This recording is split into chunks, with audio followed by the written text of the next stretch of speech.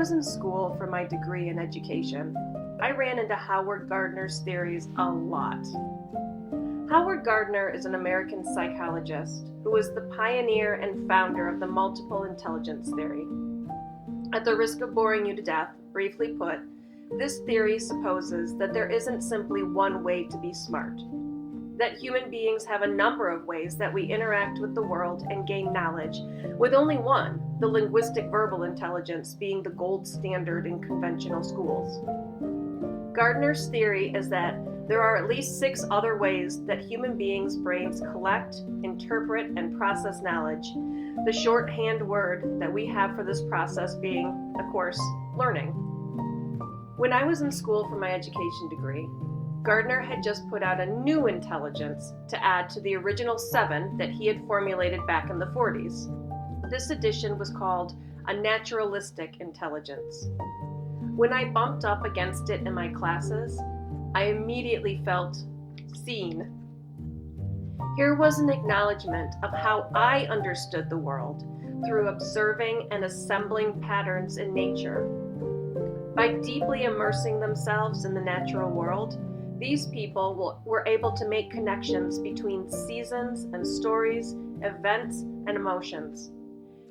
If I were going to put it in a very biased, very Catholic context, I would say that this new intelligence was the sacramental worldview of Gardner's theory.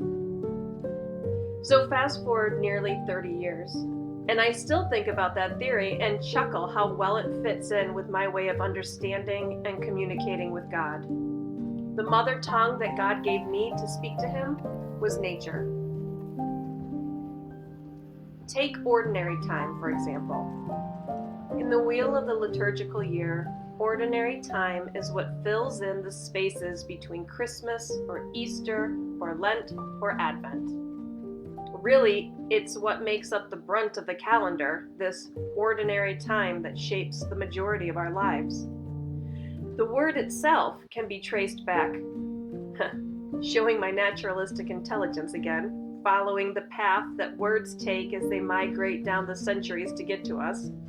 Anyway, the word's oldest roots lie in ancient notions of arrangement, specifically the orderly arrangement of threads in a loom. I love that. A sense that ordinary time is the space where our days are ordered and carefully arranged to weave the tapestry of our life.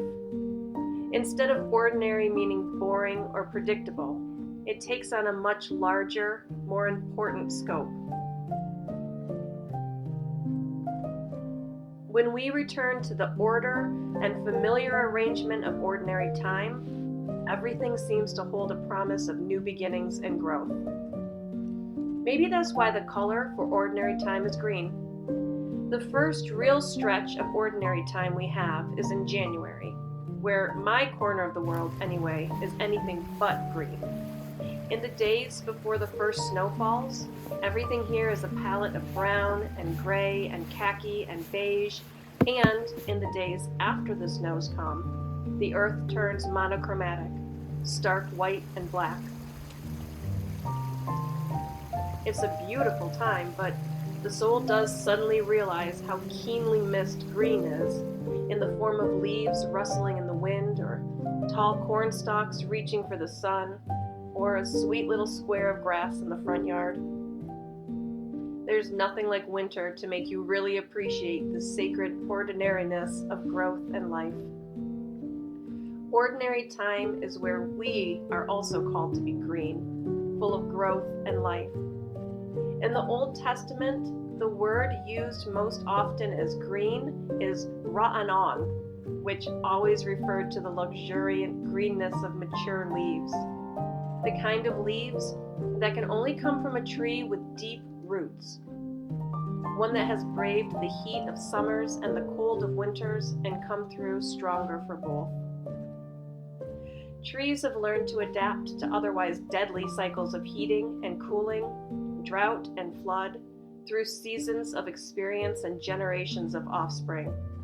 That's why you're not going to see olive trees in New England or paper birch in Australia.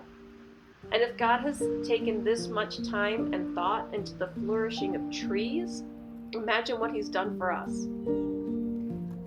Each one of us is given an opportunity to become abundant and verdant during ordinary time, during the orderly arrangement of normal hours and days.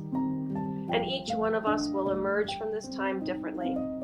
Some with the silvery bark of the birch, others with the fresh needles of the spruce, one with the ability to endure fire like the baobab, and another with the fragrance of the eucalyptus. When you realize the sacred in the ordinary, nothing seems ordinary anymore. Or, better yet, the ordinary is revealed to be more beautiful than we ever imagined.